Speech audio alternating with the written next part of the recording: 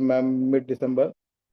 So today's topic actually we like choose a trauma topic, and we have two lectures today. So there will be half an hour lectures each, and there will be 15-minute discussion after each lecture.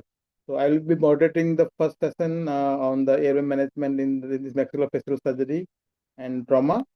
So for this talk, I have Dr. Pallavi Vagalkar. She is additional professor in State GS Medical College and KM Hospital, Mumbai. And she has the vast experience in managing this type of cases day and night. So without wasting time, I invite Dr. Pallavi to go about the case, and we can do a more discussion after that lecture. Dr. Pallavi, please take over. Yes, good evening, everyone. I'll just start sharing my screen, and meanwhile, I would like to thank ISA Mumbai Metro and SAMS for giving me this opportunity. Uh, is my screen visible? Yes, Yeah, Pallavi. Yes.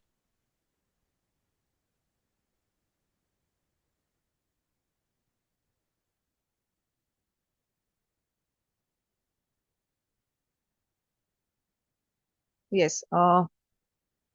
So thank you, SAMS and ISA Mumbai Metro. My talk is about airway management in maxillofacial trauma and surgeries.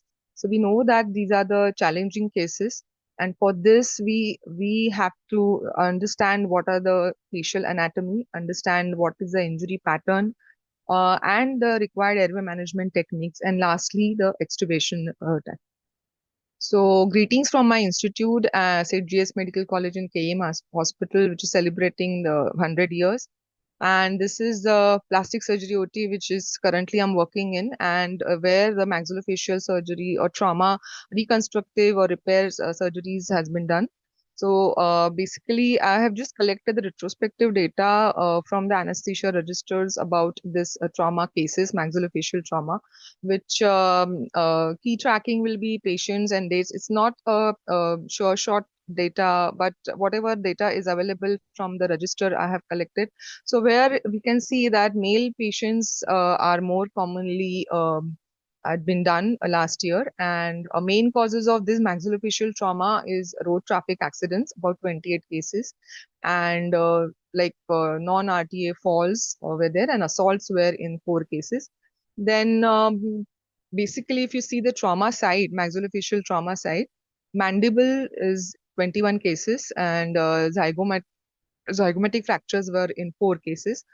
If you see the number of airway management procedures, if we retrospectively saw the nasal intubations were done in 32 cases, oral intubation in 8 cases. Patients came with tracheostomy in 3 cases. Submental and retromolar intubations were done. I have seen one cases.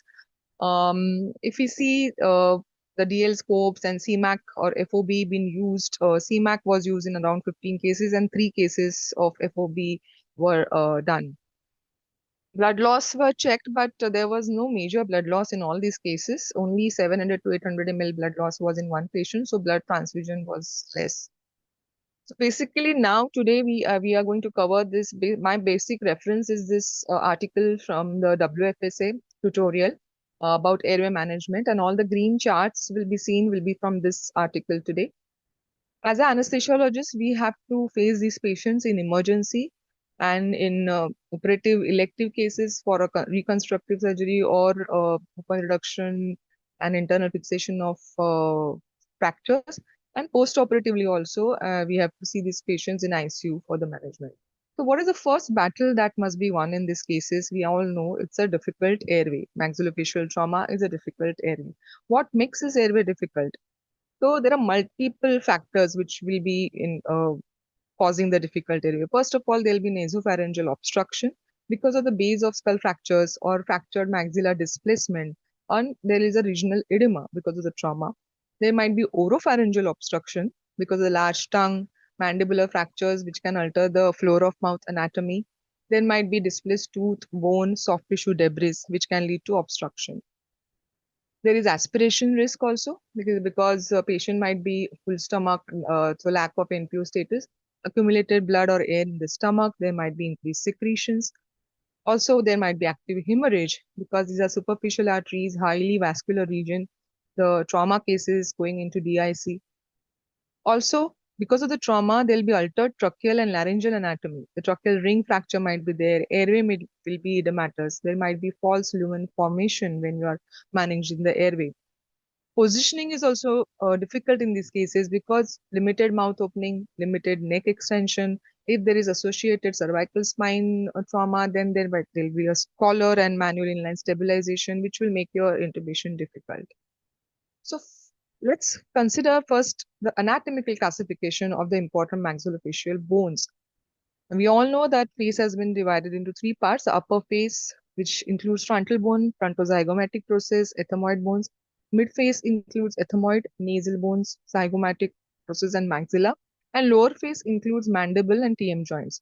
The suture lines, they function as energy absorbing zone, distributing the traumatic force and protecting the intracranial structures.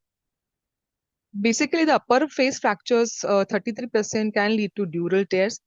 The lower face fractures, mandibular, they can be unilateral, bilateral, and panfacial, involving all these three facial segments. So mandibular and panfacial fractures, they present the highest risk of immediate airway obstruction.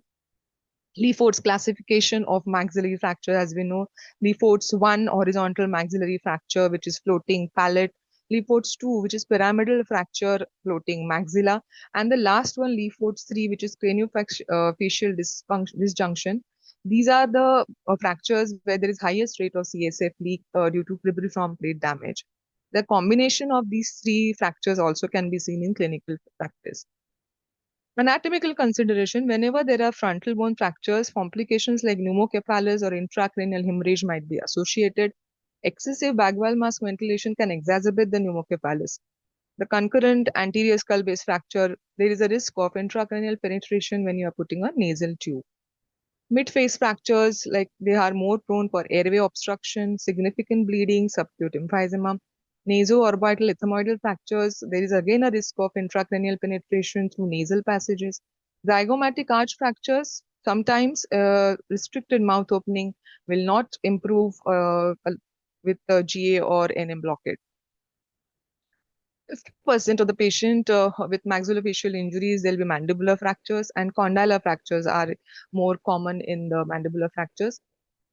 But mandibular fractures have a airway impact. In the case, simple fractures, generally unilateral or single breaks, will not have that much impact.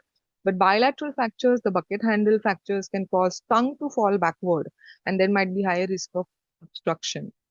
Dental impact: the loose teeth can become foreign bodies. Malocclusion will affect your bag wall mask ventilation later on. If there is comminuted fractures, then multiple fragments can create the instability, and there will be difficulty to stabilize this airway. Also, there can be a laryngotracheal trauma. There might be ecchymosis and hematoma, visible bruising or swelling in the neck region that can progressively enlarge, which will threaten the airway. Stridor or hemoptysis, the audible breathing sounds, bloody sputum also can suggest a severe trauma, which will require immediate attention. Voice changes like hoarseness or inability to speak can indicate the laryngeal involvement. Laryngeal tenderness, pain with palpation over larynx also can precede more severe symptoms. So we have to maintain a very high suspicion for laryngotracheal injuries based on the mechanism of the trauma. So if these articles gives us a big chart of mechanisms of maxillofacial injuries, basically anesthetic point of view, if there is blunt trauma, maybe in the cases of RTAs, falls or assaults, there might be linear facial fractures, dental injuries. So there might be anesthesia concern will be, there will be airway obstruction, restricted mouth opening, difficult mask ventilation. If there is penetrating trauma because of gunshot, stabbing, projectiles, there can be again, there'll be rapid airway compromise, and later on there'll be complex reconstructions in these cases. Blast trauma, maybe primary blast wave or a secondary debris, ear, sinus injuries will be there, penetrating injuries will be there. Again, the airways will be involved. So mechanism of injury we have to consider. Like again, these are the cases from the online literature. Penetrating injuries, there might be cartilage fractures. Blunt trauma injuries will cause air pockets and bilateral vocal cord hematoma. crushing forces also might lead to vocal cord damage. So what are the challenges in maxillofacial trauma? First of all, there can be anatomical distortion. The visualization and instrumentation placement itself will be difficult. Lepo's fracture may displace the maxilla posteriorly, obstruct the nasopharynx. There will be bleeding, hemorrhage. This is a high vascular structures. The visualization will be obscured and increase aspiration risk if there is ongoing bleeding is there. The special suctioning techniques will be required. Cervical spine concerns. Immobilization during airway management will further complicate your access. The standard positioning maneuvers might not be possible. And again, the delayed airway compromise even after initial stability. So we have to do vigilant monitoring. The 5 critical situations that lead to airway compromise in facial trauma is first of all maxillary displacement, which narrows the nasopharyngeal space. Then mandibular instability, as we saw, there might be tongue fall and obstruction. Diarrheic occlusion because of blood secretions, foreign body, which will physically block the airway passages. Hemorrhage, again from open veins or fractures. And soft tissue effects, means the delayed edema also can compress the airway. So basically, they'll be in the airway obstruction and from the outside, extrinsic compression by loss of tongue support, displacement of fracture segment, or retropharyngeal hematoma in cases of C-spine fractures. Now coming to, first of all, we'll see the emergency airway management in these cases. In emergency, first of all, airway examination will include see the verbal response, which will indicate any altered level of consciousness, any voice changes. Look for the injuries in airway, head and neck. So that will lead to any missing tooth, dental appliances, or whether there what are the causes of obstruction should be ruled out. Also, we have to see the breathing pattern, chest wall, because there might be associated chest wall injuries. We have to find out any other causes of hypoxemia. Rapid neurological examination is very important because the reduced level of consciousness, decreased cognitive ability, the raised ICT features, then we have to take a instant decision to go ahead with the definitive airway. Verbal response, oral cavity inspection, cervical spine evaluation, and serial reassessment are the key factors in emergency airway assessment. But whenever you are doing this primary survey assessment, high flow oxygenation should be administered to all the trauma in suspected airway involvement. Whenever you are assessing, we all remember or we know our mnemonics of difficult laryngoscopy like Lemons, or difficult extraglottic device insertion, or difficult bag wall mass mutilation, or difficult surgical access. This article also gives us new mnemonics in cases of maxillofacial trauma, that is fold. We have to look for facial distortion, obstruction of the upper airway, limited mandibular protrusion, and displaced or undisplaced fracture. Second mnemonic they give is sales, whether there is soiled airway, airway edema, immobilization of the C-spine, limited mouth opening, or swollen tongue. So these mnemonics can be used as a predictor of the difficult airway. Obviously, advanced trauma life support in all these trauma cases, which includes primary survey, which is our A, B, C, D, E examination, which is followed by secondary survey, which includes ample history, that is allergies history, whether patient is taking any medications, past illness or pregnancy, last meal, and events which are related to the injury. That's the secondary survey. And once the history examination is done, then the complete neurological examination, further diagnostics test and reevaluation should be done as an ATLS survey. But what are the challenges in this assessment, airway assessment, when these patients come? There is a time pressure. There is limited time due to ensuring the airway compromise. There'll be hypoxemia. There'll be other life-threatening condition, which has to be done. There is like parallel management of multiple factors. So multiple teams are also involved in this. There is anatomical distortion of the airway. There might be a C-spine immobilization. And another factor is patient cooperation. Patients will be uncooperative, and combative patients, due to pain, hypoxia, head injury, or intoxication, they limit the thorough examination or your secondary survey. In this emergency era, we can also use the ultrasound, which can be useful in such cases when can be useful in identify cricothyroid membrane. You rule out pneumothorax or EFAST, or maybe in a vascular access. We can always go nowadays with the ultrasound. Also, our difficult airway card should be ready with emergency as well as the elective cases. So that's the placard or thing, emergency airway management, given in the WFSA article, which includes the ABCD examination. And they mentioned that periodic re-evaluation of unsecured airway is imperative because the airway edema can progressively worsen over 24 hours following the trauma. So you have to do reassessment in these cases. Whether to go ahead with the airway management, so we have to know whether there is an immediate requirement, as in the cases of there is apnea, respiratory failure, or cardiopulmonary arrest, or there is a reduced level of consciousness. Urgent indication will be there is partial airway obstruction, there is a respiratory distress, if the inefficient ventilation, or there are laryngotracheal injuries which may go into catastrophic complications. So then we should go ahead with definitive airway management. And semi-urgent indications, like if there is a risk of deterioration during diagnostic procedures, like patient is going for CT scan, or a patient requires some sedation and analgesia, then these are the semi-urgent cases. So whenever this facial injury patient comes, first of all, we have to find out the patient is fully conscious or not, whether he is able to maintain the adequate airway, because unconscious patients, they rapidly suffocate because of inability to cough and because of the tongue fall. Immediately treatment of airway obstruction in facially injured patient, you have to clear the airway, to clear any kind of secretions, blood clot. Position is very important. We have to, sometimes awake patients, they sit up or a lateral position. Removal of any kind of foreign bodies which has to be done. Control the tongue position, because in cases of symphyseal bilateral fractures of mandible, or whenever there is voluntary loss of intrinsic musculature is lost, we have to take care to maintain the patency of the airway. And whenever patient becomes deteriorate or unconscious, we have to go ahead with the definitive airway management. So before the definitive airway management, some factors like initial airway management, like positioning, lateral positioning will help to decrease the drainage of the blood and secretion. If there is cervical spine injury, then jaw thrust can be used with the manual inline stabilization. We have to avoid the sniffing position which we give during laryngoscopy during cervical injury. When we are using the basic airway adjuvants like NPA, nasopharyngeal airway, will be contraindicated in basal skull fractures. Oropharyngeal airway, we have to be cautious in patients who have intact gag reflex or vomiting.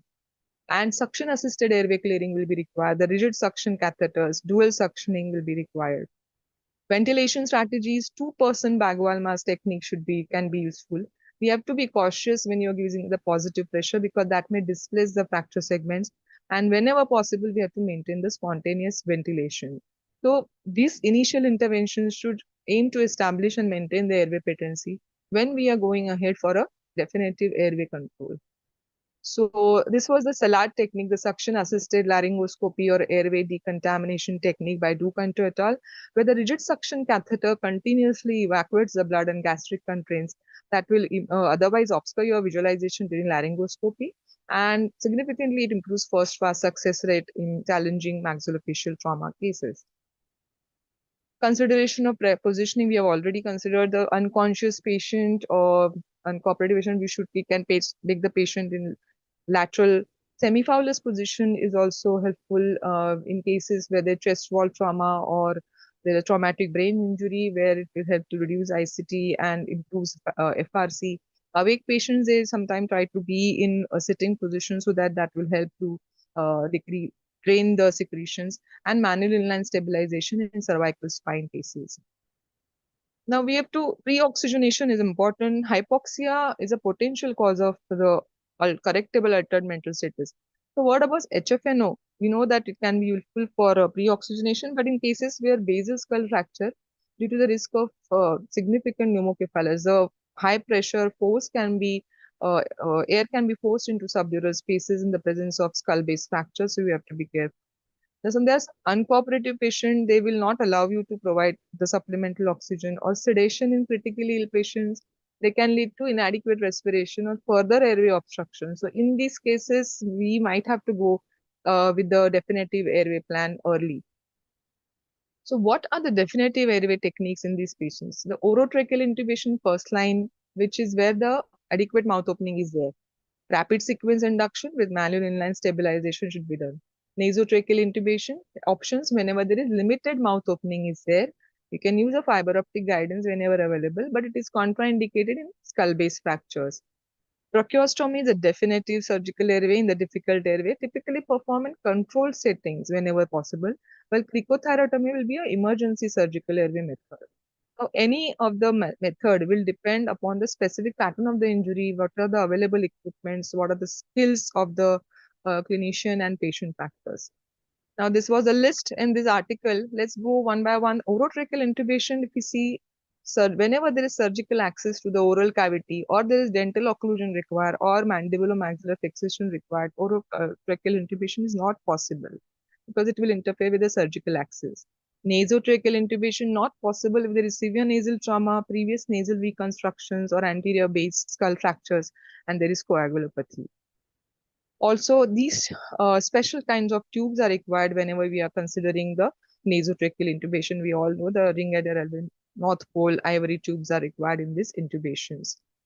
Tracheostomy, a part of definitive airway management, is required whenever we anticipate that patient might require a prolonged artificial ventilation or when we have to give anesthesia for extensive surgical repair in certain cases.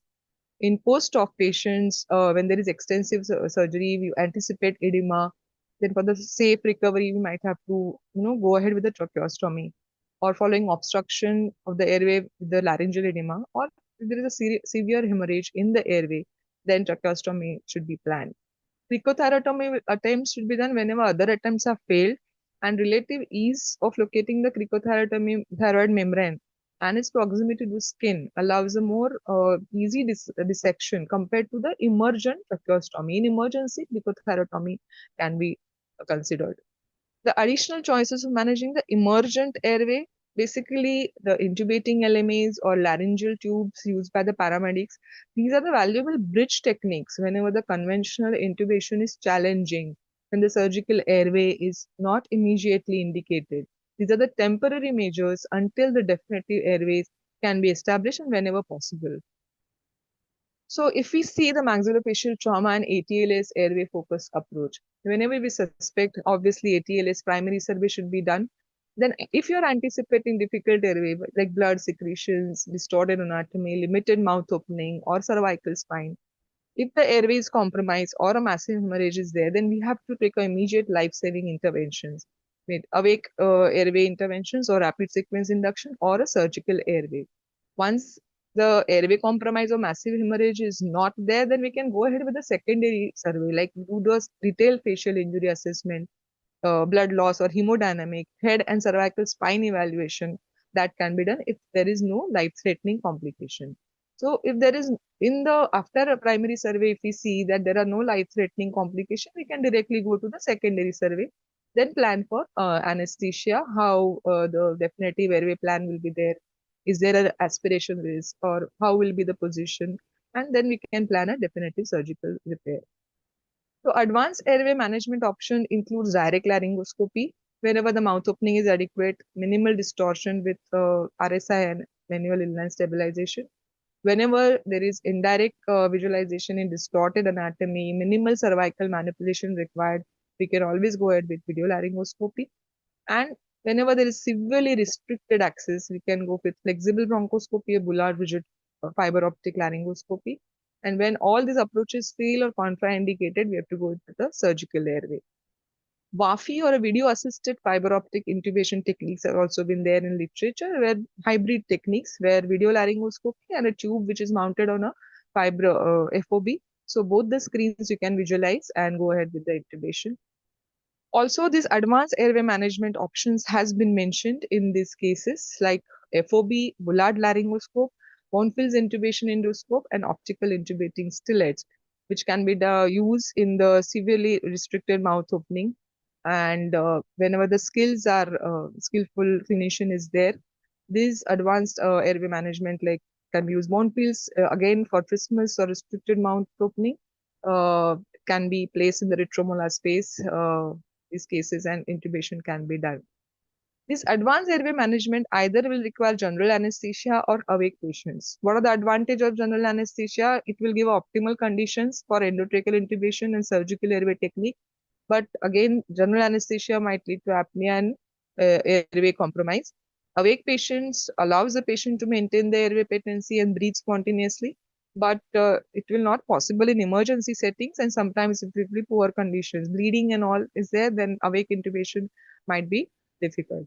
So GA generally RSI allowing quick safe intubation, but required pressure might be cautious in cases of C-spine or laryngeal injuries. Elective sequence intubation in low aspiration risk or uncomplicated airway management can be done. Awake approaches, they require patient cooperation, also adequate anesthesia of the entire area. Whenever fully in this article, they have also mentioned about the variations of awake intubation technique. So patient can be either fully awake, that means only airway anesthesia has been given. But this is rarely feasible in acute emergency settings where we have to prepare the airway like we do in elective cases. Patient can be lightly sedated, like procedural sedation in addition to airway anesthesia can be given. But again, whenever you're giving sedation in this maxillofacial trauma, you have to be cautious about obstruction and aspiration. And there is awake look, that is fully awake or and lightly sedated patient, where preparation and technique similar to rapid sequence induction is done. But a check laryngoscopy prior to the administration of neuromuscular blockade is done. So that will allow the intubator to get a better sense of degree of difficulty of a laryngoscopy before the NMBA administration. What about awake approaches? When you are preparing an airway, in these cases, presence of blood secretions in the airway can dilute the local anesthetics. They can cause inadequate anesthesia. Airway nerve blocks are often sometimes impractical in severe maxillofacial trauma. The internal approaches of glossopharyngeal nerve or superior laryngeal nerve necessitate the sufficient mouth opening for the adequate visualization and access. While the external approaches, the positioning might be difficult when the recurrent laryngeal nerve and superior laryngeal nerve, you need a extension, so that can be difficult in this severe trauma cases. C-spine and anticipated difficult cases, the patient has to be awake, alert, breathing spontaneously as far as possible. Uncomfortable and anxious patient, we have to give a minimal sedation with extreme caution. Difficult Airway Society recommends giving only one sedative agent as a safest approach, but if necessary, introducing a second agent only if an additional anesthetist is there. So that one second anesthetist will look for the sedation and another anesthetist will look for the airway management. So this was for the awake preparation. This was the emergency cases if the patient is coming for the definitive surgery for the maxillofacial trauma. Now these are like they place this arch bars while the teeth are placed in normal occlusion. The teeth, when wired together, there'll be MMF, maxillary mandibular fixation. Plates can be inserted. There might be zygomatic fracture correction, orbital floor fractures can be corrected. And single fractures, they might not be corrected, but if there are two or more zygomatic fractures which lead to prevention of mouth closure. So we have to be careful in these cases. What are the possible options when securing airway in these cases? Nasotracheal, orotracheal, retrograde intubation, and tracheostomy. In orotracheal, there is retromolar intubation and submental intubation. Nasal intubation, if possible, like if there is no basal skull fracture, lamina papyracea, cribriform plate on CTPNS is intact, you can go ahead with nasal intubation. If in these cases the difficulty is not anticipated, mouth opening is adequate, then we can go ahead with a normal laryngoscopy guided nasal intubation. But in these cases, if there is difficulty anticipated, there is restricted mouth opening, obese patients, then awake intubation is preferred, either fiber optic, VDL, or ATCO2 guided, breath sound guided. The nasal intubation, if not possible, as in the case of skull base fractures, cribriform plate not intact, here also, if oral intubation is feasible, mouth opening is adequate. But in these cases, if you put oral tube, there will not be a surgical access. So we might have to put the tube retromolar or submental. If the difficult airway is anticipated, where the mouth opening is inadequate, then we have to go ahead with awake fiber optic or CMAC guided or retrograde intubation when there are restricted mouth opening and tracheostomy. So we'll see one by one in quick manner. Retromolar intubation, whenever the oral or nasal intubation not possible, means if there is a correction of trauma and if you put tube orally, this it will come in the surgical way. So the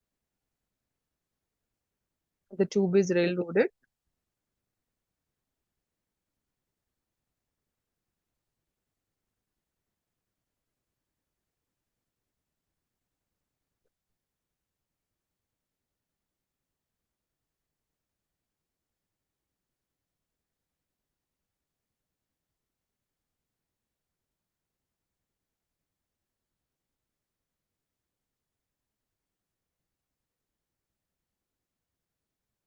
The retrograde intubation in difficult cases where the mouth opening is not there. So we have seen retromolar intubation and submental intubations. Now retromolar will be not possible in case of restricted mouth opening or retromolar space. Submental will be difficult in the laryngotracheal trauma, gunshot facial injuries, local tissue infections, and whenever there is need of prolonged mechanical ventilation and coagulopathy. And these two techniques, there will be increased resistance and airflow in the endotracheal tube. Chances of kinking, displacement in the intraoperative period will be there. Awake fiber optic not possible if the patient is refusing, uncooperative, there is impending airway obstruction, is grossly distorted anatomy and allergies to the local anesthetic. Not possible in emergency cases. Tracheostomy, we know all the advantages and disadvantages. Basically, it requires skillful surgeon and it will be sometimes a tracheostomy itself is challenging in all these maxillofacial trauma cases. Picothoratomy is a temporary measure, but it will not be indicated if we require a prolonged ventilation. We have to go ahead with the definitive tracheostomy because picothoratomy might not have adequate carbon dioxide elimination. SGA devices is not a definitive airway. We know that surgical access to oral cavity, if it is required, they have to put a dental occlusion and maxillomandibular fixation or surgical airway, supraglottic airway devices will be not a definitive airway management. These cases, as we know, they use the arch bars or the wires or the elastic bands to have a good occlusion, dental occlusion, and they plate the surgeons place these rigid plates to correct these fractures. So when these patients are coming, the pre-anesthesia evaluation will be same as any other major operation. We have to rule out any swelling, missing tooth, pain, trismus, or any arch bar or MMF in situ. Nasal patency should be checked to facilitate nasal intubation. Neurological evaluation in patient with coexisting head injury should be there. Patient might have medical problems like acute MI or acute alcohol intoxication, drug abuse, and any other trauma like cervical spine, intracranial trauma, abdominal trauma, pneumothorax, failed chest should be ruled out. The radiological investigation, generally 3D CT is done on these elective cases, which will give us the fracture site severity, what is the mandibular impaction, is there a retromolar space for retromolar intubation, and also CT brain in cases of a neurological injury. In CTPNS, whenever there is mid-face fracture, we have to see whether the cribriform plate and lamina fabricia is intact or not, because if it is not intact, then the nasal intubation is contraindicated. General principles in the definitive is surgery are these are the shared airways. Then mostly the patients will require nasal intubation, eye protection. Patient can be given head position 10 to 20 degrees head ups. It will decrease the edema and decrease the bleeding. Throat packs, we have to be careful. And we might have to do laryngoscopy at the end of procedure to rule out any bleeding or edema. So throat packs have to be removed. Oropharynx has to be cleared at the time of extubation. Prophylactic antiemetics, dexamethasone can be given. Extubate this patient when they are fully awake because they should be able to maintain the airway. Small doses of IV opioids might be required if patients have a lot of pain. The staff should be familiar with all the positions of wires that will hold the jaw together, and there will be wire cutters should be available with the patient all the time if there is obstruction. So checklist which they have given for the airway management. Now this emergency airway management checklist they have given is in these cases, we have to first anticipate the difficult airway. Whether there is increased risk of aspiration or full stomach, we have to consult the senior anesthetist. Thorough preparation, clear plans, back plans should be there and good communication should be there. Find out such features suggestive of laryngotracheal trauma. If there are laryngotracheal trauma not there, what is the current mental status? Is the patient alert or cooperative? Then we can consider the awake approach. If patient is uncooperative, then the rapid sequence induction can be done. Patient is obtunded, then he might not require any anesthesia or neuromuscular blockade agent for the airway management. If there are laryngotracheal trauma, then we have to see what is the site of the injury.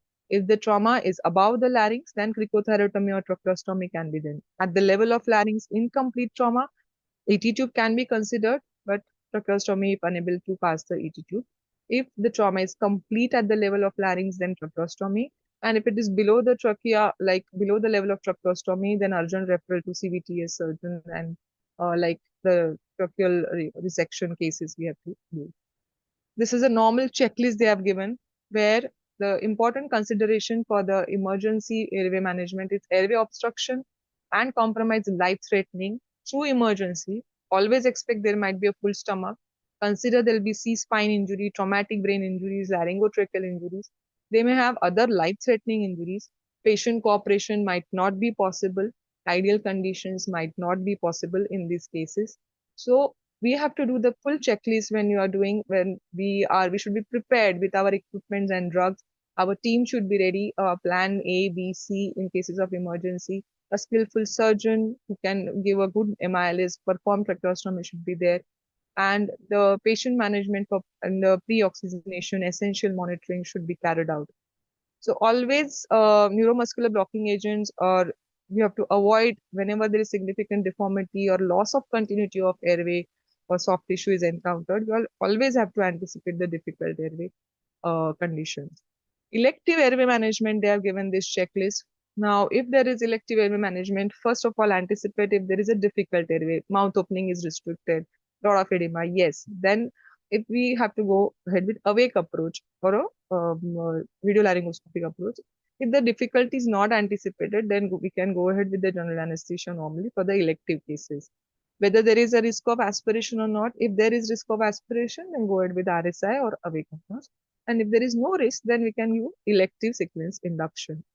Now, what is the method of intubation in these cases? We have to see whether there is restricted mouth opening, which is unlikely to improve the general anesthesia and paralysis. And the surgeon has to do intraoral surgery. So standard orotracheal intubation is not possible. We have to consider nasotracheal intubation. As mouth opening is inadequate, we can go ahead with FOB or a Bonnefill's intubating endoscope for a retromolar intubation.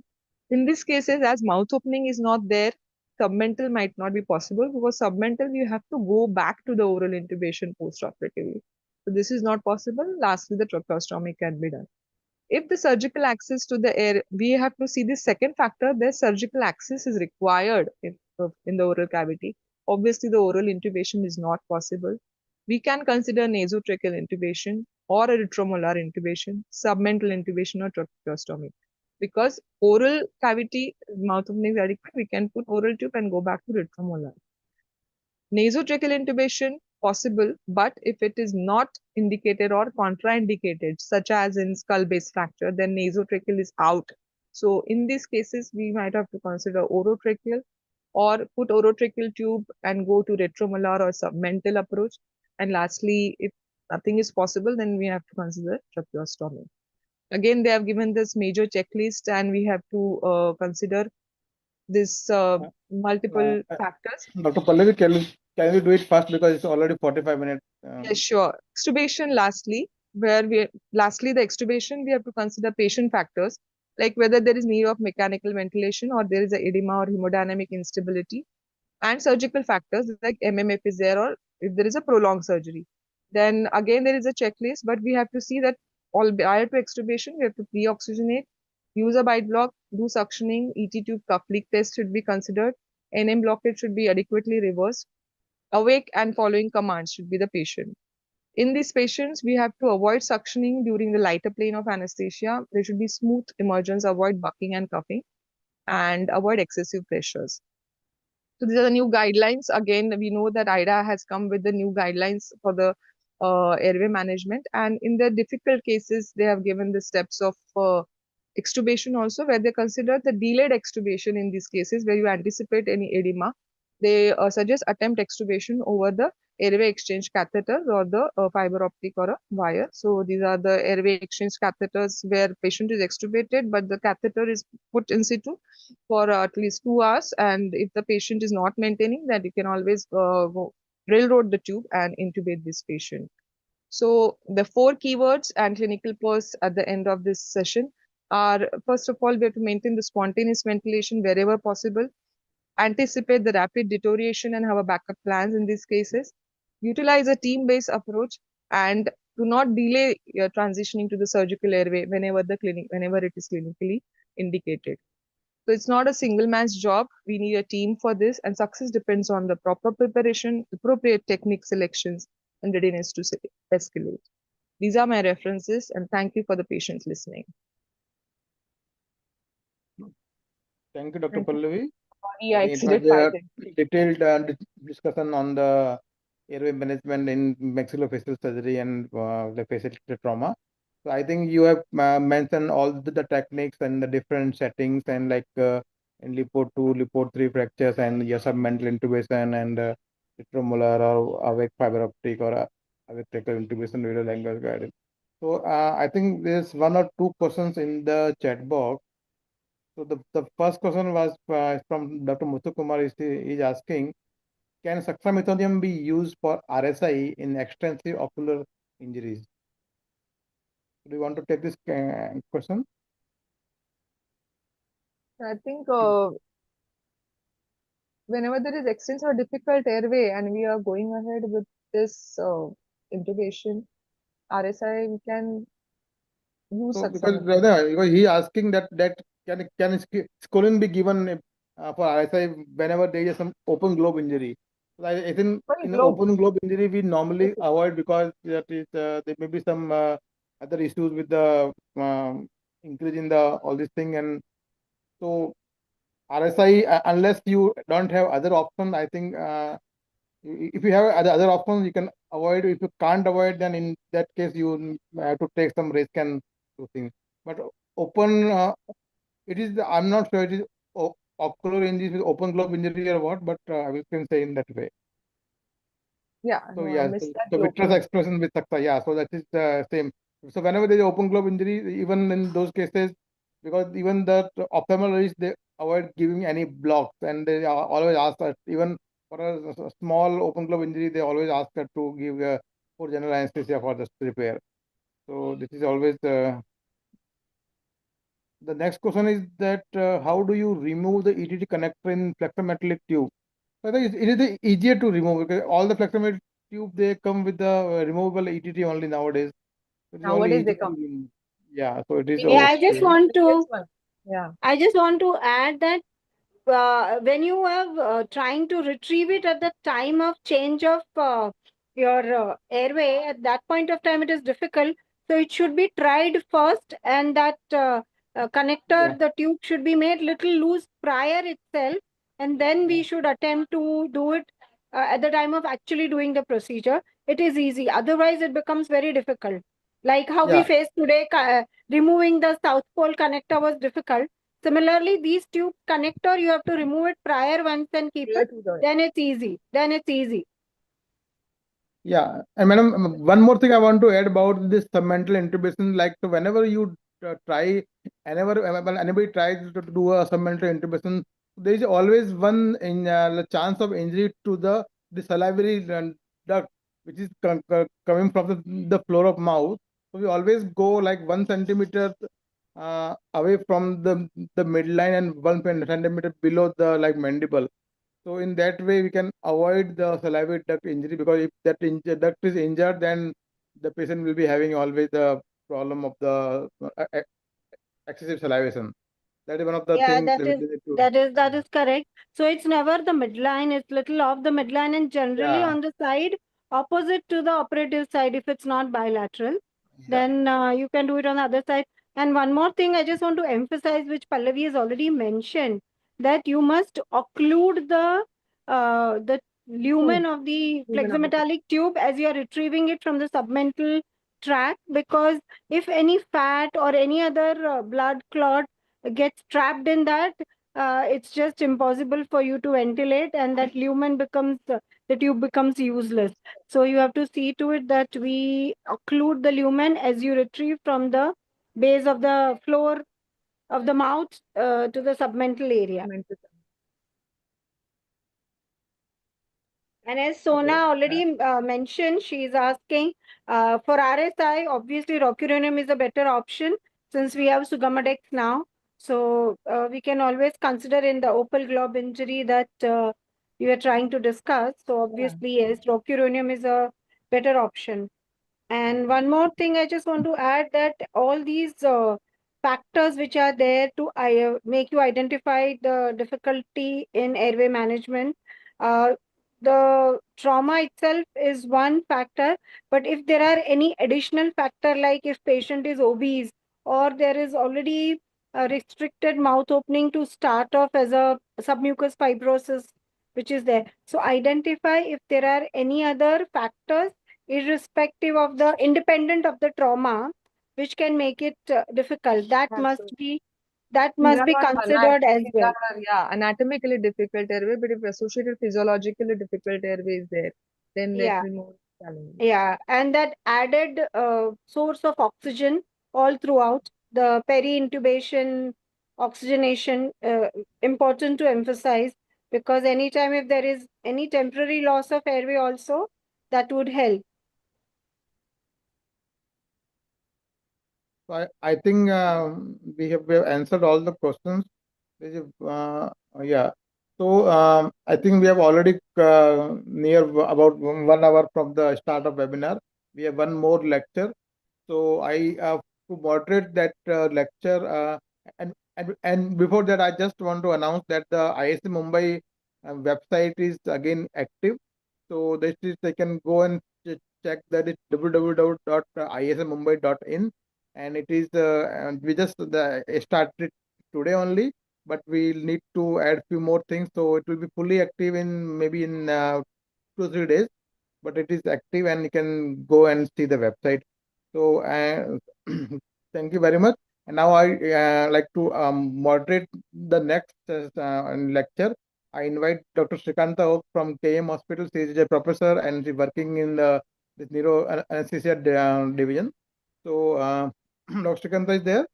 Yes, I'm there. Yeah, yeah. So welcome, madam, and you can please introduce Dr. Dipali Thakur from Sayan Hospital.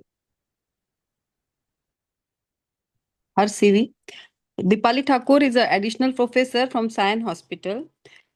The next topic is TBI, and India is considered as a head injury capital, where 1 million trauma-related deaths occur in year, and more than 50% are due to TBI, traumatic brain injury, and it adds to the disability, mortality, and socio-economic burden. I welcome Dipali for the next lecture on the TBI.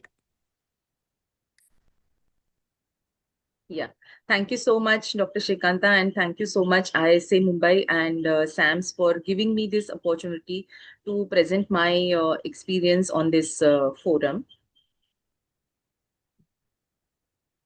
Let me just share my screen.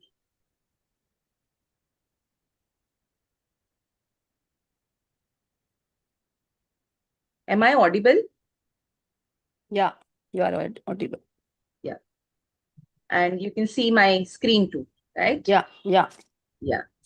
So I actually come from the prestigious Institute Lokmanya Tilak Medical Municipal College, which has the biggest trauma center in Mumbai.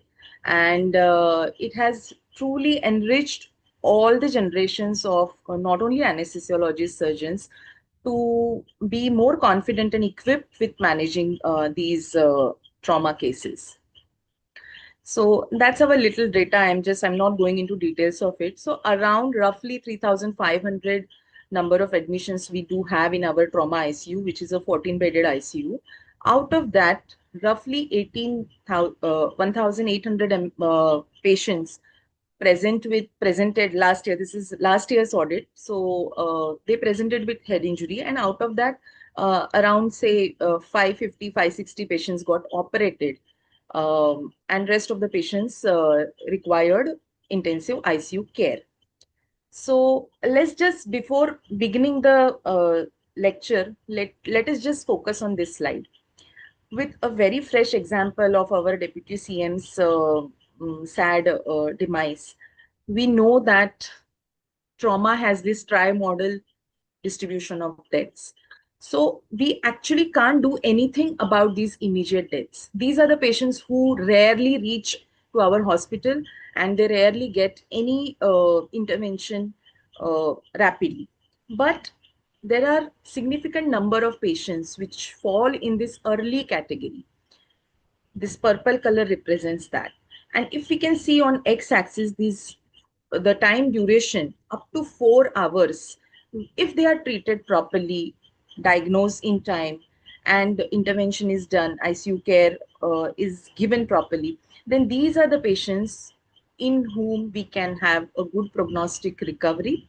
And out of these, if you can see, the epidural hematomas and subdural hematomas are the most commonest ones witnessed. Okay. So we have in trauma, we have a concept of golden hour, right? So golden hour is from the injury to hospital if the time is very important.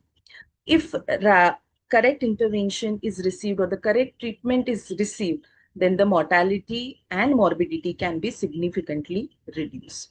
So time is very important whenever you are dealing with any trauma patient.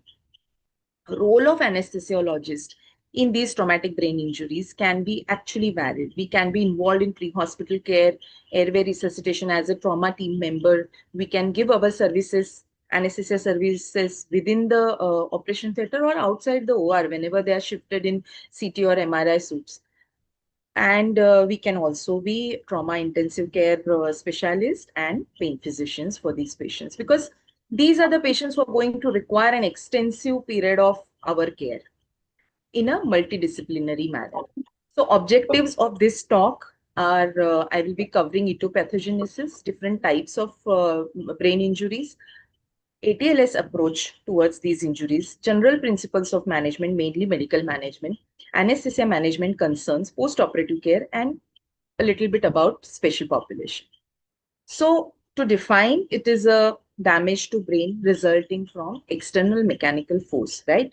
The direct impact, it may be rapid acceleration, deceleration injury, blast injury, penetrating injury, or projectile object.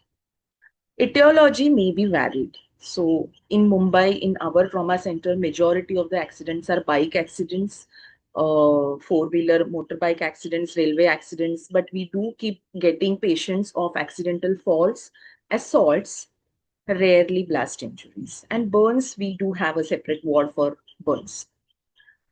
Now, when we are understanding what is the etiology of traumatic brain injury, just by knowing the mode of injury, we can anticipate what all problems the patient may be facing. So let's see what is the mechanism of injury in these patients. It may be either penetrating or blunt injury. So the injury may be because of direct impact. It may be an acceleration, deceleration type of injury, or it may be a shockwave injury in case of blast injuries.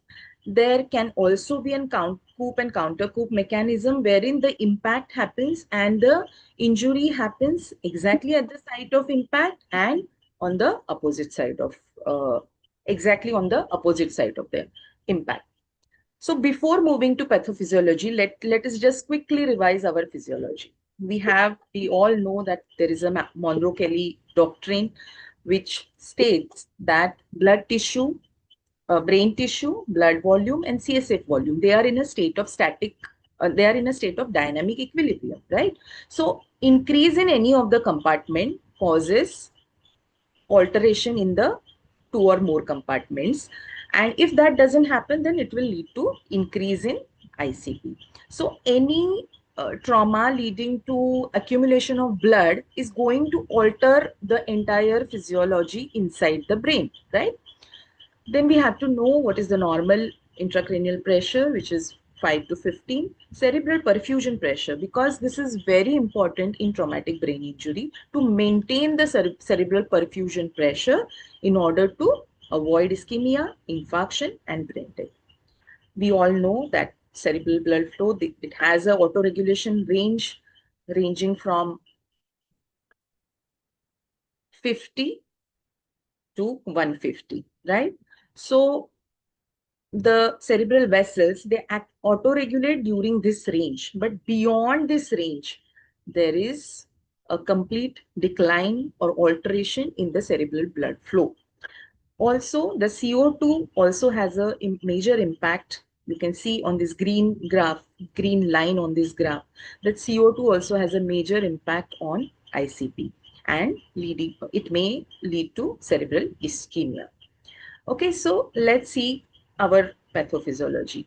Again, coming back to types of injury, the direct trauma leads to primary type of injury. Okay, the trauma happens and that leads to primary traumatic brain injury. But after effects of this trauma leads to activation of immune system, external insults, inflammation, all this gets amplified and it leads to secondary brain injury, and chronically immune mediated response leads to tertiary brain injury. So let's see in detail. Can we do anything about this primary brain injury? Actually, no. It happens at the time of accident, right?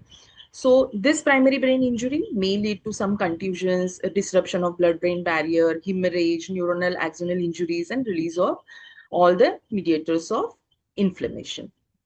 After primary injury, there is a secondary brain injury, which actually is modifiable by our treatment. Anything leading to hypoxia, hypotension, hypercarbia, raise ICP, hyperthermia, acidosis, and infection, all this is going to impact the brain and cause further injury leading to secondary brain injury. So this is in our hand whenever, at whichever time zone we are seeing the patient, but avoiding secondary brain injury should be our objective whenever we are seeing these patients, right? And that is how, by handling this, we can minimize the insult and minimize the neurological deficits. Now let's see in detail. There are certain subtypes. So traumatic brain injury, it can be focal or it can be diffuse, right? So the focal injury can have some contusions. We can have hematomas, subepidural, subarachnoid, subdural, intraventricular and intracerebral bleeds may be there.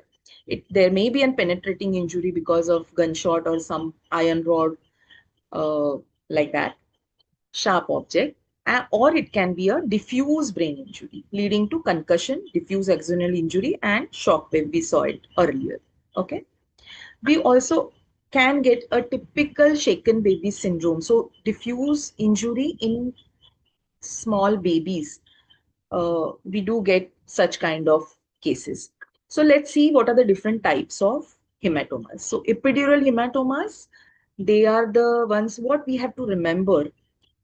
Depending upon the site, they have been classified. But as an anesthesiologist, we should remember that epidural hematomas are the ones which represent the arterial bleeds. So they can really expand very well, very fast.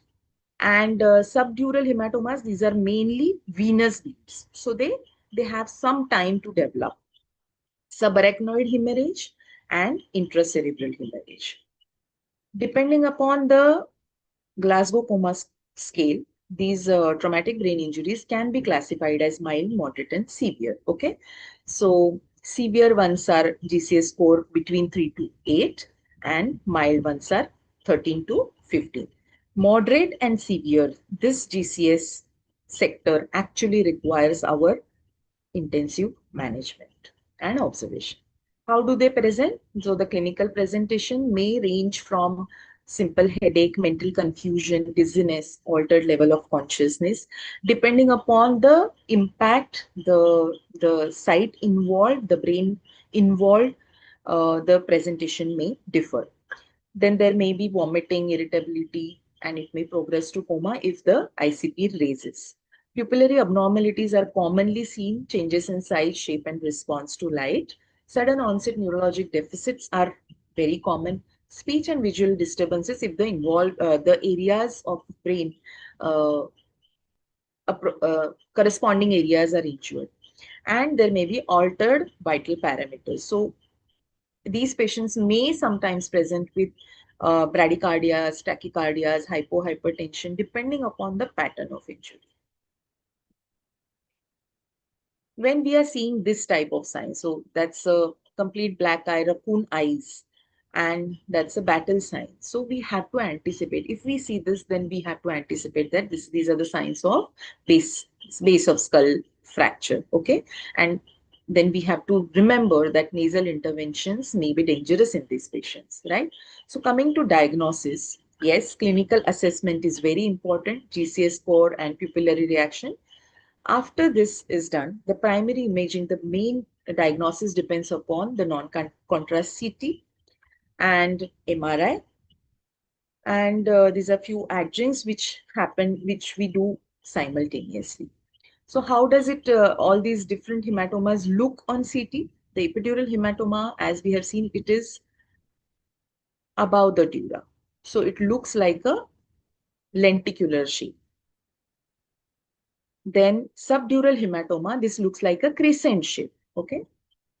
Subarachnoid hemorrhage, it usually follows the pattern of your sulci and uh, fissures.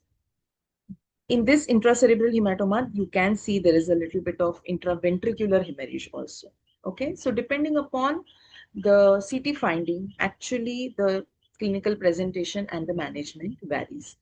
This is a patient of gunshot injury which has come to our this thing institute. You can see the trajectory of the this thing, and pneumocephalus can be seen, the contusions can be seen, and depressed fractures can be seen. So it can be a combination of multiple types of brain injury, or it can be a simple isolated brain injury. Okay.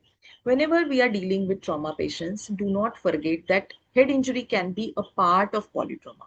So a patient, this is also another patient presented to our institute, a severe epidural hematoma with pneumothorax with fracture pelvis. So he was a bike rider and presented to our institute in polytrauma. So we have to remember and we have to carry forward a protocolized approach. So management principles depend upon the, we usually follow ATLS guidelines. Beautiful guidelines are given to handle these cases. Monitoring, I will be covering basic and advanced. In short, surgical interventions, medical management, anesthesia implications, and post-operative care.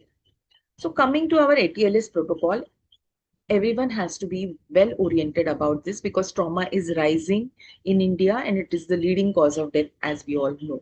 So rather than getting panic, actually trauma resuscitation rooms are actually, they are, if we do not follow certain guidelines, then everything may go haywire. Okay. So to avoid that, we have to do proper primary survey in the form of ABCDE, ongoing resuscitation, secondary survey, and definitive care. Okay, so airway maintenance is always with C-spine control. Dr. Pallavi has covered it really well. Breathing and ventilation, depending upon the type of injury, lung injury, involvement, fracture ribs, we have to decide. Circulation and hemorrhage control and resuscitation goes hand in hand. So even if it is a vertical approach, actually everything is happening horizontal at horizontal level. Disability, neurologic examination actually falls over here. Exposure and environmental control, that is temperature control, and detailed log rolling and all those things come over here. Resuscitation we will be seeing, and secondary survey actually, this is a time where you will be asking about the history and will be doing head-to-toe examination. Okay, and then comes the definitive care. So coming to airway management, even though Dr. Pallavi has covered it really well, specific to trauma, traumatic brain injury, let me tell you all that early definitive airway, if your patient has GCS of less than or equal to 8, or there is a loss of protective reflexes, securing definitive airway is very important. Assume cervical spine injury if it is not radiologically or clinically ruled out. Okay, so inline stabilization is mandatory whenever you are intubating this patient. Also, you have to assume that all these trauma patients are full stomach. So, rapid sequence induction is with gentle laryngoscopy is mandatory. Pre-oxygenation to avoid hypoxia is very, very important because that is the leading cause of cerebral injury. Prevent hypotension during inductions because this again is going to aggravate the secondary brain injury. So at receiving, when you are securing airways, having understanding about these principles is very important. So keep your fluids ready and keep your vasopresses ready. Blunting sympathetic response, many a times it may not be possible, but yes, if the patient is having hypertensive response, even in trauma resuscitation room, you may consider giving some opioids like fentanyl or lidocaine. Confirming the endotracheal tube with EtCO2 is must, and securing it is also very important, because after you secure the tube, patient may be wheeled into CT or MRI, which is completely out of your area. So accidental extubations, endobronchial intubations, all sorts of problems we have witnessed. Avoid nasal intubation. I have discussed this if there is a anticipated fracture base of skull. So, as I said, that assume cervical spine injury. So, one of the patient had head injury, EDH with cervical spine injury, presented with bradycardia and hypotension. That's the manual inline stabilization being administered, and that's the cricoid pressure being added. So, these are the assisted intubations. You need 3 to 4 people to uh, have these kind of intubations.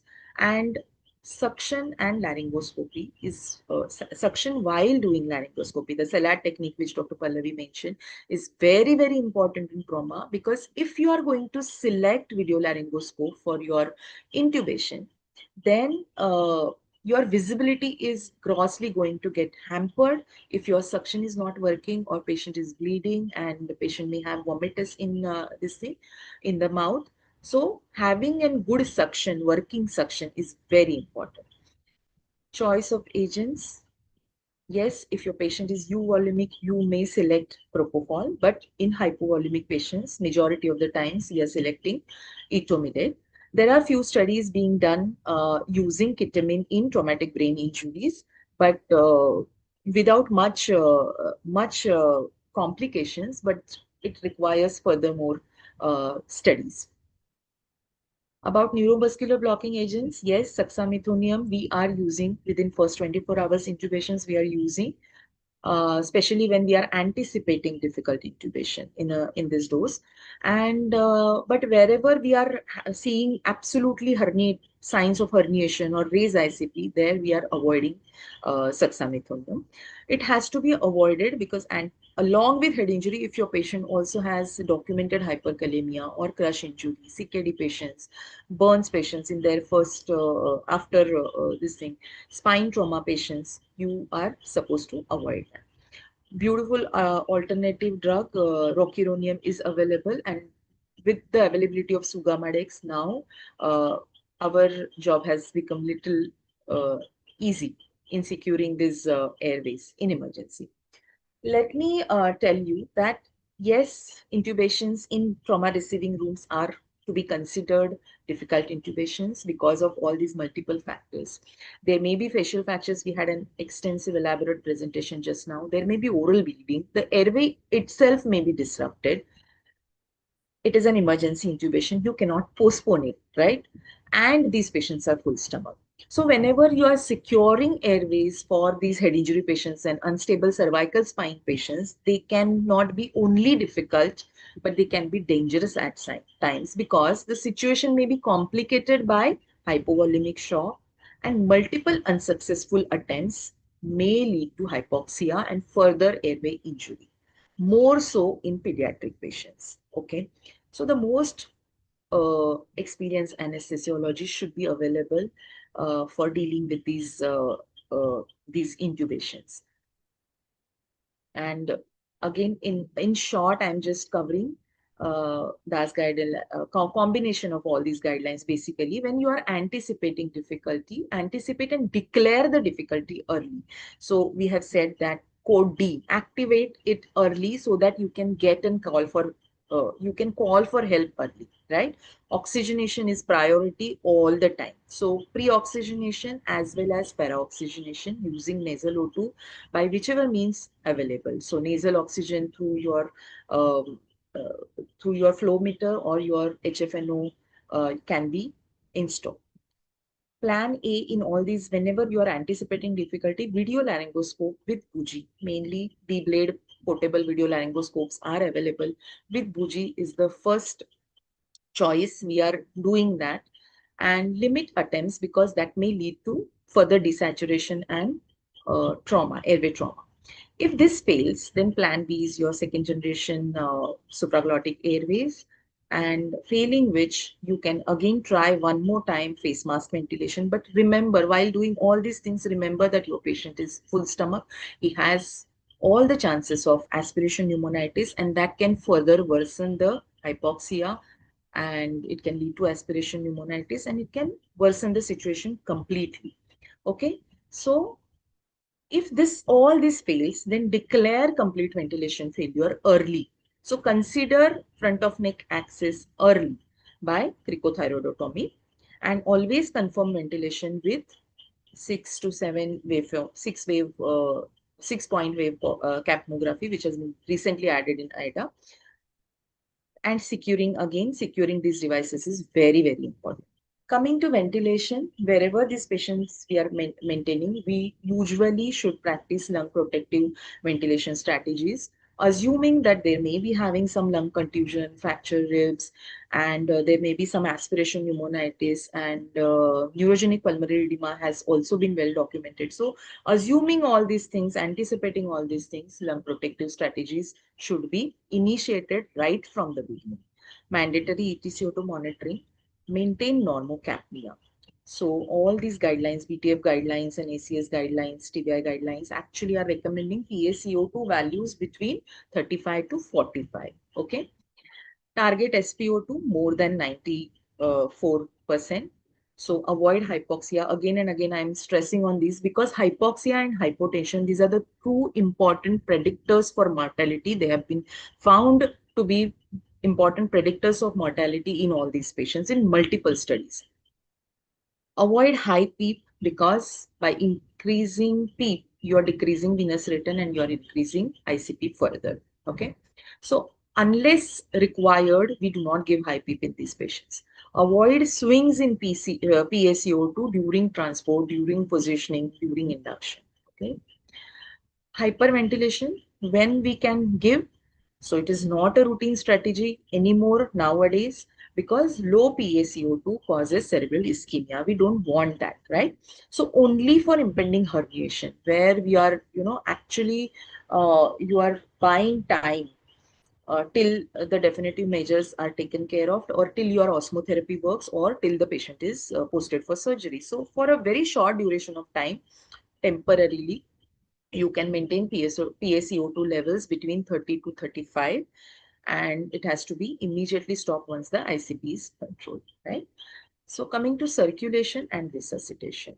In these patients, the systolic BP targets have been shifted from 90. The Brain Trauma Foundation actually has given very beautiful guidelines. 2007 guidelines had these targets of 90 mmHg as a systolic BP, but now it has been shifted to 100 to 110 mmHg. So just for the age group of 50 to 70, they have a target of 100, and below and above, the target of 110 has been redefined because, as I said, it is the strongest predictor of mortality. Okay, and whenever you are managing or resuscitating these patients, keep in mind that you are not just targeting values, you are also keeping in mind the cerebral perfusion pressure. Okay, so the target for this is set as 60 to 70 whenever we are monitoring. Okay.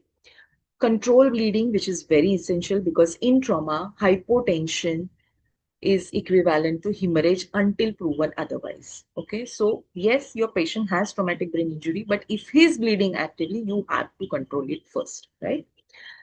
Give isotonic crystalloids as in resuscitation fluid. Give blood if your patient is bleeding, and start noradrenaline early if your mean arterial pressure is falling below your targets. Avoid fluid overload in these patients because it may increase cerebral edema and it may lead to ARDS. So correct the contributors whenever you are doing resuscitation. Correct the contributors like anemia, hypoxia, acidosis, coagulopathy. If there is pneumothorax, then you need to simultaneously insert an IC. Okay.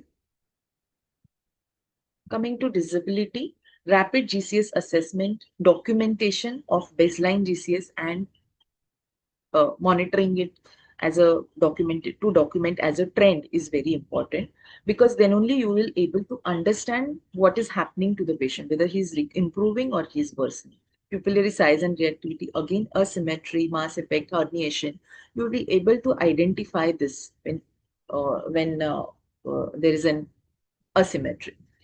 Assess for lateralizing signs, look for seizure activity, and you have to control this under any circumstances, because a single seizure activity increases oxygen demand of brain, and which is not essential. It is which can be dangerous for these traumatic brain injury patients.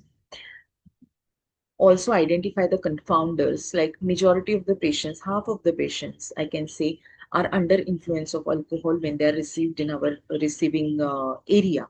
They may be under effects of multiple sedatives or multiple drug addictions is becoming, unfortunately, it is becoming very common in younger generation. Hypoxia, hypotension, hypoglycemia. So these three things needs to be corrected before you label that person as a neurological problem. So you have to correct hypoxia, hypotension, hypoglycemia, and then reassess the GCS and pupillary size and document it. Okay. Repeated assessment. So this comes under your secondary survey, right? So just to summarize, I have made this table in which ATLS, Brain Trauma Foundation, and ACS TBI recent guidelines I have covered. So we can roughly see that intubate early, secure airway early in these patients, because unprotected airway reflexes, we don't want all that. And these are all the targets for SpO2, SBP, PaCO2. ICP and CPP, yes, the targets have been given by both these are matching. The BTF and ECS TBI guidelines, both targets are matching. Coagulation, we will see in detail in upcoming slides. Okay. Coming to monitoring of these patients, the continuous ASA standard monitoring is important along with ETCO2, core temperature. Along with these, blood glucose monitoring target also has been set as 100 to 180 milligram per deciliter.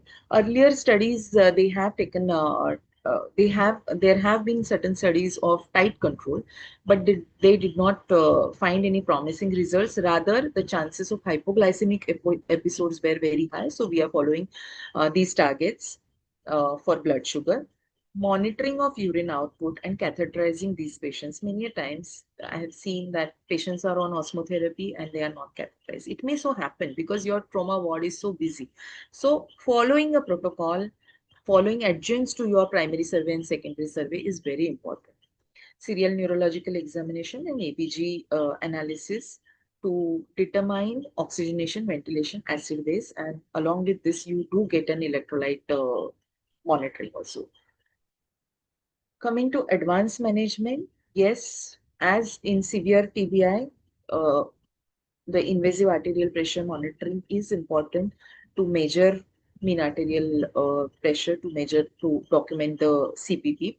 Intracranial pressure wherever possible and wherever the facility is available is to be monitored in severe TBI cases with abnormal CT findings. Brain tissue oxygenation, jugular venous oxygen, these are all advanced monitoring techniques. I'm not going into details of it, but yes, they do help in management of these patients, and prognosis may be determined and the management may be altered depending upon the values.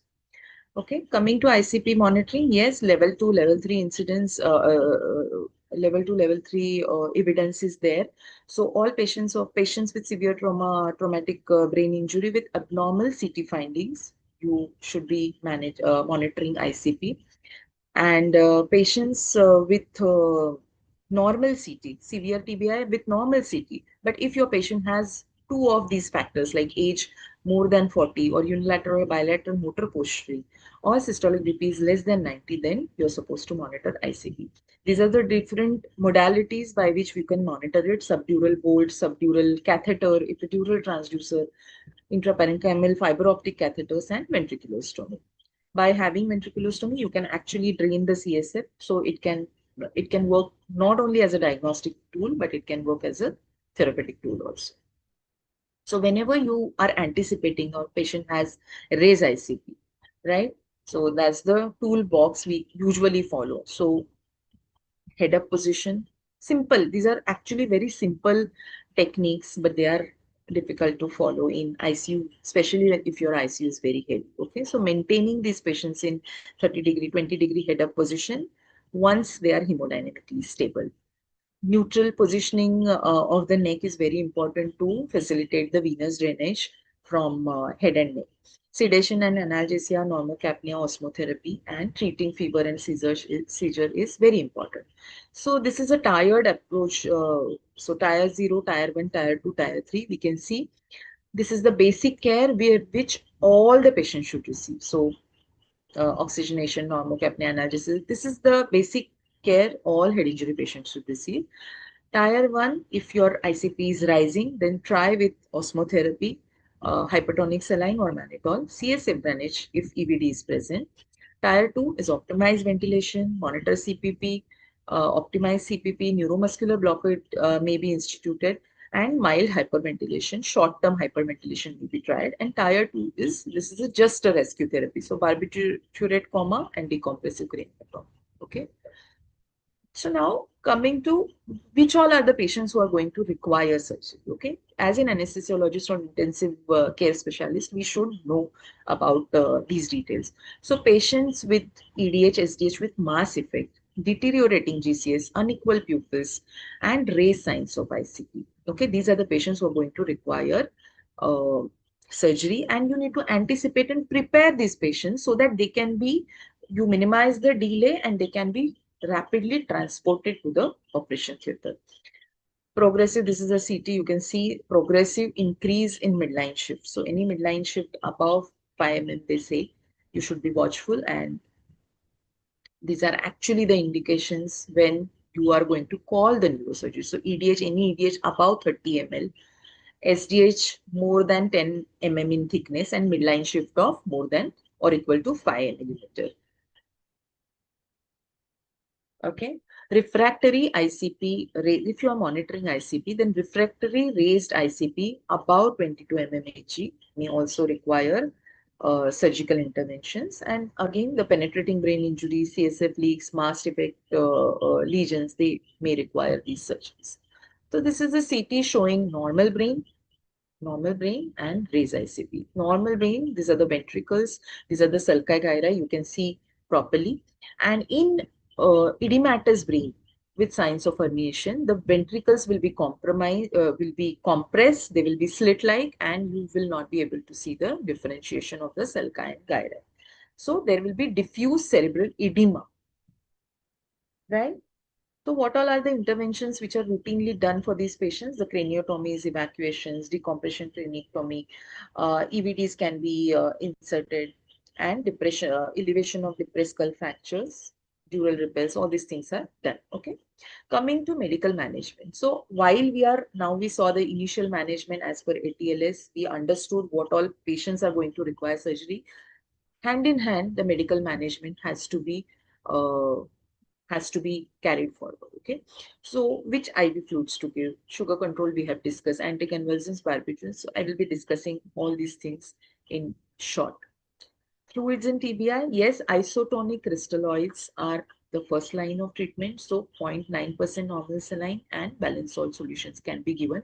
When you are giving only 0.9% normal saline, be watchful about hyperchloremic acidosis, hyperchloremic, hypernatremic acidosis can happen. Okay, so you need to monitor electrolytes in these patients. So goal here of giving this thing is euvolemia, and at the same time you are avoiding fluid overload.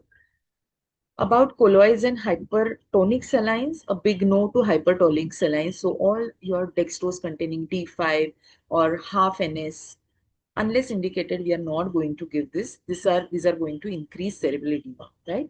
Albumin, there have been studies in which it has been found out that it increases the mortality in traumatic brain injuries. So controversial results have been found, and it requires more studies.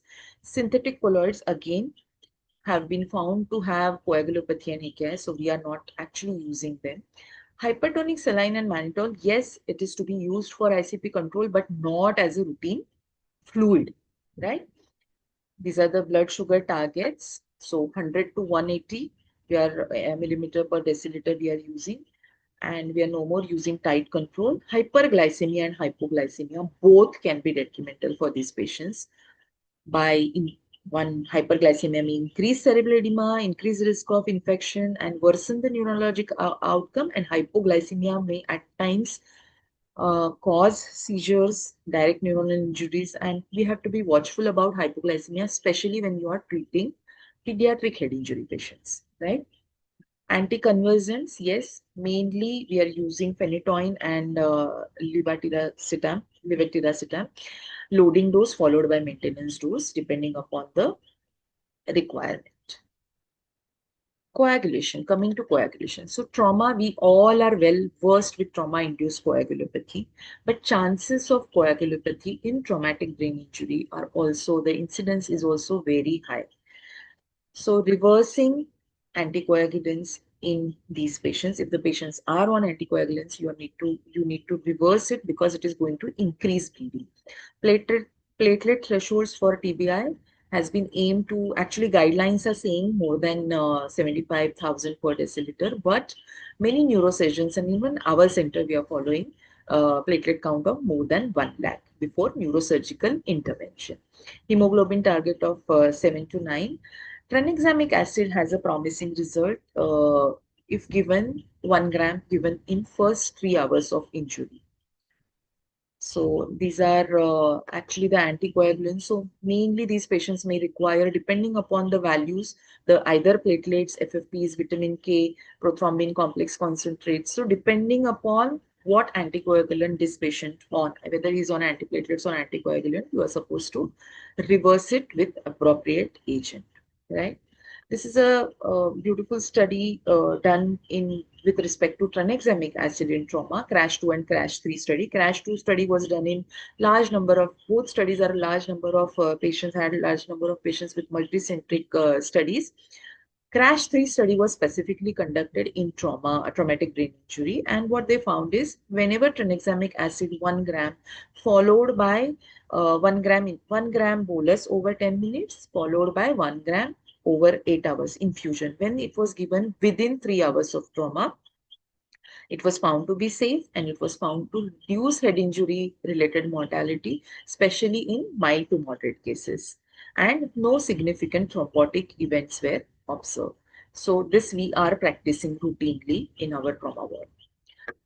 Coming to osmotherapy, whenever the patient has raised ICP, giving osmotherapy is essential. So mannitol and hypertonic saline can be given. And usually, we are giving hypertonic saline in pediatric head injuries. We need to monitor whenever we are giving hypertonic saline. We need to monitor serum sodium levels 6 hourly, because many a times the serum sodium levels starts rising, and to our experience, we have seen that many patients do exhibit metabolic acidosis also. So fluid management, electrolyte management has to be very meticulous when we are using osmotherapy, right? Uh, Before giving mannitol, we have to ensure that patient is euvolemic and avoid mannitol if patient is hypotensive or patient is already having deranged renal function test. Okay, so in patients who are in shock or hypotension, you may use hypertonic saline. Okay, coming to hypertensive treatment. So when are we going to treat hypertension? Yes, not all patients present with hypotension, right? There are some patients like SAH, already hypertensive patients, old age patients, they do present with hypertension. So whenever the systolic BP is more than 160 or 180, with rising ICP and risk of bleeding, there we are treating hypertension. The first line of agents which we are using is labetalol, nicardipine, ismolol, depending upon the situation. And nitroprusside and NTG is usually avoided in traumatic brain injury for the risk of cerebral vasodilatation. Okay, whatever drug you are choosing, please remember that sudden fall in BP is not advisable. So titrate your drugs slowly, preferably have arterial line in place, and then monitor. Then only give these drugs. Coming to analgesia and sedation in these patients. So analgesia first, because we are routinely using fentanyl in our trauma patients to control pain, because that is very essential, one of the modality to manage your ICP, right? But be watchful when you are giving doses.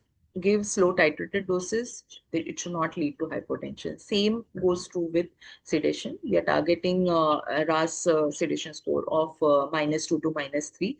Deep sedation is not indicated in these patients, and propofol and dexmedetomidine can be used in these patients because both of them reduce cerebral metabolic uh, oxygen demand and ICP. However, be watchful that both these drugs can lead to bradycardia and hypotension. So we have to be extremely careful and titrate the drug and dose depending upon the patient's physiology. Avoid larger boluses of benzodiazepines. Antibiotics and daily sedation breaks are actually recommended in these patients. So coming to anesthesia implications, pre-operative phase, we have actually seen all the targets, and so stabilized physiology is very important before transferring the patient to OT. Many times it is ongoing resuscitation, and some EDH patients, because they do present to us in GCS 15 in lucid interval, and suddenly they deteriorate, and we have to wheel in the patient to OT. Yes, but during that time also having a detailed knowledge about physiology and managing and maintaining physiological parameters is our target. Rapid neurological assessment, quick review of CT scans is important to identify what exactly is happening inside the brain. Then only you will be able to titrate your anesthesia, right? Like suppose with patients having major mass effect or midline shifts, then you know which are the patients who are going to crash at induction, and you will be well prepared well in advance. Check all the laboratory investigations which are available. Check for ECG, X-ray, because many of these patients do have electrolyte abnormalities, hyperkalemia, hypocalcemia, hypernatremia, hyponatremia. All the combination of electrolyte abnormalities may be present, and they may have their manifestation of ECG. Confirming blood and blood product availability is very important. C-spine protection, having your difficult airway plan and cart and equipment, appropriate size as per patient's age, weight is very essential. IV access, we secure to a large wide bore IV access, but yes, art line and central venous access, mainly subclavian veins we are securing for patients who are severe traumatic brain injury, who are going to require prolonged ICU care, who are going to require vasopressors, mannitol. Again, it requires central venous access. Okay, so keep your vasopressors ready at induction, anticipating the hypotension. Optimization of the comorbidity. Actually, we don't have much time to optimize, but yes, in certain cases of chronic SDH, they do come after some time. We do have some time to optimize, and you should be trying to do. Coming to anesthesia drug choices, we have discussed this about the induction choices and opioids and muscle relaxants. Maintenance, propofol infusion can be preferred. It gives very good ICP control. And inhalational agents in lower doses, less than 1 MAC, sevoflurane over isoflurane, desflurane are acceptable, but avoid higher MAC levels because it leads to cerebral vasodilatation. Nitrous oxide usually we avoid because it has a risk of increasing cerebral blood flow and ICP. And especially in patients with pneumocephalus, pneumothorax, all these patients, it is absolutely contraindicated. Okay, so coming to multimodal analgesia options, we should be giving these options to all our patients: fentanyl, tramadol, paracetamol, and scalp blocks wherever indicated and wherever possible. We can use scalp blocks using ropivacaine or levobupivacaine or bupivacaine. Intraoperative, what problems can happen? So actually these patients may have hypotension, blood loss, acidosis, coagulopathy, hypothermia. That's our lethal triad: acidosis, coagulopathy, and hypothermia. The one worsening the other two. Okay, so treating these, continuing the treatment from your preoperative area to intraoperative area to your postoperative ICU is very important. Arrhythmias, yes, intraoperatively, these patients do have tachy or bradyarrhythmias. Sudden cardiac arrest also may happen if there is an herniation on table. And, while doing these cases, a constant communication with your neurosurgeon and with your team is very important. How tense the brain is, whether brain is pulsatile, how much is the blood loss, because especially in pediatric patients, the blood loss may be a very significant problem, because scalp being very vascular. We have seen many pediatric patients with hemoglobin of 5 and 6, and we have induced those cases keeping blood in hand or waiting for blood. So uh, all these problems we have to keep in mind. And last but not the least, our awareness under anesthesia, because trauma has the, because of our focus is on resuscitation and maintaining the hemodynamics, the awareness is sometimes it may get neglected. So monitoring the patients for this is very indicated in these patients. Intraoperative targets, these are the intraoperative targets. So ventilation targets and saturation, we have to continue. Hemodynamics, brain relaxation techniques, again, we have to continue perioperatively. Temperature and normothermia is nowadays recommended. No more hypothermia is recommended by various guidelines. Anticipate blood loss and platelet count above 1 lakh is indicated for patients undergoing neurosurgery. Massive transfusion protocol, if your patient also has other injuries, occult injuries, or patient is bleeding and he's already, you have activated the massive transfusion protocol, then 1:1:1. We usually follow this ratio in our institute. There are various different ratios available. Depending upon the availability of blood and blood products, we are supposed to carry forward this. So whenever now coming to emergence and transfer and ICU handover, avoiding the third hit is very important. So whenever the surgery is done, smooth emergence from anesthesia is very important. Prevent any coughing, bucking, agitation, hypertensive responses, even at extubation. Tube kinking, anything which is increasing the peak airway pressure is not indicated, and especially this can happen in this stage. Extubate only if it is safe. Otherwise, majority of the patients of severe traumatic brain injury, they go in ICU on a ventilatory management. Maintain targets. Structured handover, detailed handover to your ICU team is very important, because it is an ongoing process. Sedation and analgesia, seizure prophylaxis, and ICP, CPP monitoring is to be continued in postoperative period. And keep low threshold for repeat CT if any neurological changes or damage or is observed in immediate postoperative care. So coming to postoperative ICU care, we do continue with analgesia, ventilation, hemodynamic supports, antibiotics, everything is continuing, but special mention on nutrition support is very important. So day 3 to day 4, we do start with our nutritional support for these patients. Physiotherapy, active and passive physiotherapy, very important, because these patients, these are the patients who are immobilized many a times. So proper positioning, frequent change of position is very important. Similarly, DVT prophylaxis. Majority of the times we are unable to give pharmacological DVT prophylaxis in these patients. So mechanical DVT stockings or compression devices is must in these patients. And lastly, stress ulcer prophylaxis. So coming to special population, I'm not going into details of it, but we have to remember we do get patients in all these uh, category. Pregnant patients with head injury, motorbike accidents, or whenever they present to you, you have to know that there is an altered physiology. They may tolerate initially greater blood loss, but it is at the cost of maternal and fetal problems.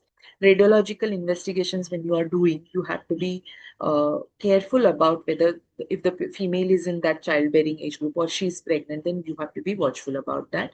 Fetal monitoring whenever we are dealing with these patients in your ICU is to be done. So having a multidisciplinary approach involving gynecologist in the care is also important.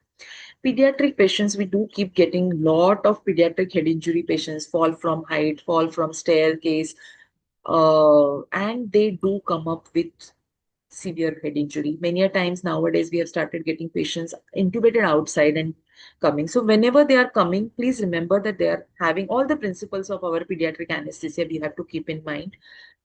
They do have low functional reserve. They are very prone for hypoxia. If they have been intubated somewhere outside, many a times the size of the tube is so mismatched that you have to change the tubes, but subsequent intubations are difficult because of airway edema. So these practical points, they desaturate very fast. They don't give you much time. Slightest amount of blood clot or secretions blocks the tube and ventilation becomes challenging. So they have very poor tolerance to blood loss, prone for occult internal injuries. So mainly injuries to hollow organs as well as solid organs.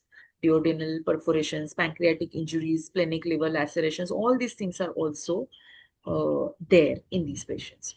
Elderly patients, again, they come with their set of problems, but please remember that they will be on polypharmacy, antiplatelets, anticoagulants.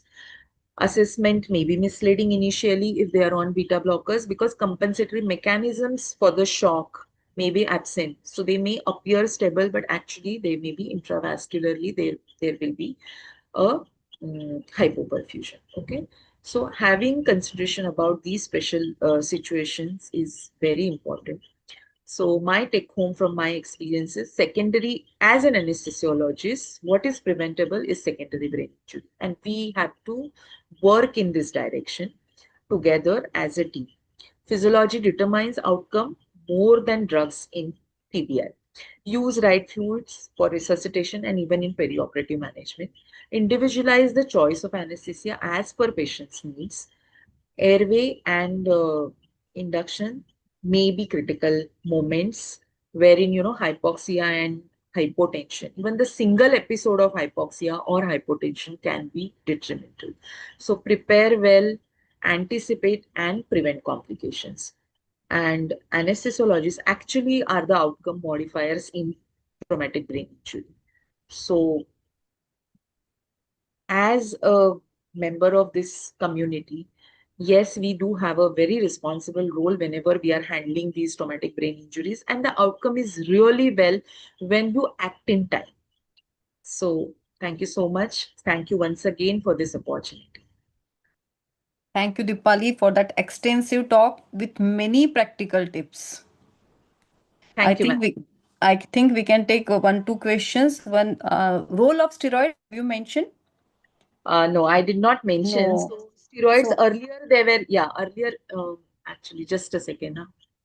now that guidelines mention Yeah. there is no role of steroid. Yeah. Okay. That now the earlier guidelines were having some beneficial role of steroids. So guidelines are not mentioning role of steroid, but yes, in our ICU, whenever it is herniation, gross cerebral edema, maybe for initial say 12 to 24 hours, we are giving mainly in pediatric injuries. We are giving for 24 hours. We are giving dexamethasone for these patients. And Role of dexmed, I think you mentioned about bradycardia, but sometimes it may be misguiding because of raised yes, ICT also. yes, So we yes, have to limit the dose. yes, yes. And one more point about the supraglottic airway. Generally, supraglottic airway we should use. They are for intubating Yeah. supraglottic airway, because Yes, most of the time we may have to shift the patient on ventilator. And as yes, you already mentioned, they are full stomach. yes. So So second generation supraglottic airways, yes, if your first 3, 4 attempts have failed, then to buy time to avoid hypoxia, you can use second generation. So IGEL and Procil LMA you can use, or intubating LMA you can use, and over LMA. fiber optic you can change your definitive airway. Yeah, before and CPR. manual inline stabilization, it gives intubation difficulty. You already mentioned, so you Yes, have to be prepared for difficult yes, airway. yes. There is only one question: is ICP monitoring mandatory, and how can we do it? Monitor when not using it. Yeah. So ICP monitoring, as per guidelines, severe traumatic brain injury with CT abnormality, it is they have a good evidence. So we should be monitoring. But if we are not doing it, or if the facility is not there, then what we have started doing is we have started sonographically. We can Yeah, actually monitor optic nerve sheath diameter. it's a That can give you a non-invasive rough. and it gives Yeah, you it's very a good idea. non-invasive. It gives you very good idea, and you can actually titrate your treatment depending on it is. It is a really very good this thing. About one more thing, I just did not include in my this thing because it was becoming Yeah, very extremely, vast topic. yeah, very vast topic. I just tried to cover up major this thing, but we have started using USG ultrasound for volume assessment. So Okay. IVC collapsibility, subclavian collapsibility, we are doing in trauma patients because USG is just there. So whenever you are Yeah, securing, just see the collapsibility and fluid responsiveness of these patients. How much to give? Because in traumatic brain injury specifically, you have a risk of cerebral edema yeah. and ARDS. So there, yes, now all our students, they are trained in monitoring. Yeah, fluid resuscitation plays a very important role in Very the beginning, in the maintenance, and in the ICU also. Last Yes. question, tramadol is safe in TBI. Any concern with procedures? Uh, oh, actually, I need to. We are not Check. using tramadol. We are using PCM. There are better drugs, so we are using tramadol. Okay. Okay, I think we can Yeah. finish off. Soham, Shweta madam, anybody wants to comment? If anybody wants to comment, yeah, both the lectures are very, very good, excellent coverage of the topic. Yeah. For Deepali, I just wanted to ask one question. Yeah. Whether Yes. intraoperatively, when we have tight brain, Yeah. that is the surgeon's complaint. So how do you tackle that? Do you have the 1, 2, 3, 4 steps to look Yeah. at it and take care of it? Yeah. So whenever there is tight brain, usually we see for the ETCO2. If ETCO2 is going in higher range, we do hyperventilate the patient for momentary period of time. We do give mannitol. We do give if the operating table is given head up position. So these things actually we are doing, and with that hyperventilation and mannitol, usually it settles down, and we do give a dose of steroid also. Yeah. Yeah. Thanks, Dipali, for that, because that is one of the common troubleshooting situation that we get it many a times. And it comes also as a short note for our students. So Yeah, yes, yeah, I yes. thought Madam, it's but just in head injury patient, they will never complain about tight brain because it is because for open. decompressive craniotomy. So Yeah, generally in head injury, they don't complain about the tight brain. tight brain. Yeah. Okay. Yeah, but in Yeah. severe head injury, we do see many a Yeah. times Yeah, But yeah. non-pulsatile brain go and for this severely Reactive. decompressive edematous brain.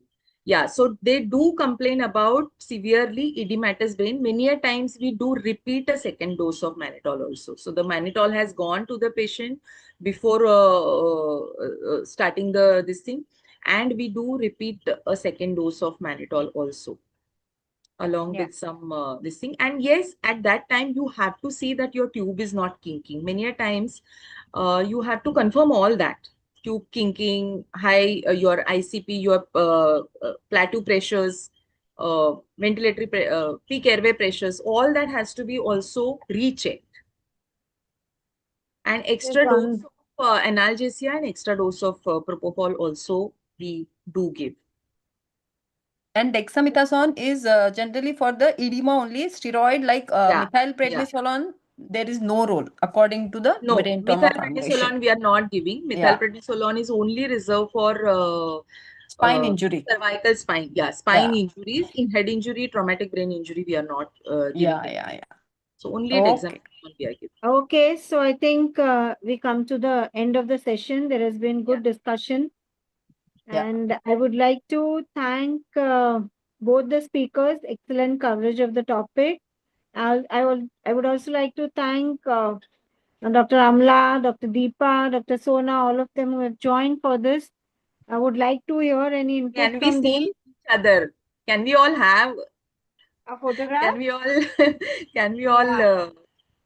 Yeah. It's always good to capture our- because yes. So if you can all put on the video camera, we Camera for can just click a yeah. we can Yeah. click a photograph. For Yeah. our documentation also we need one. And I Yeah. thank Thanks for giving us the opportunity and Yes. supporting the online webinar. And I thank all the audience so that we could have this interaction, very interesting discussion that happened.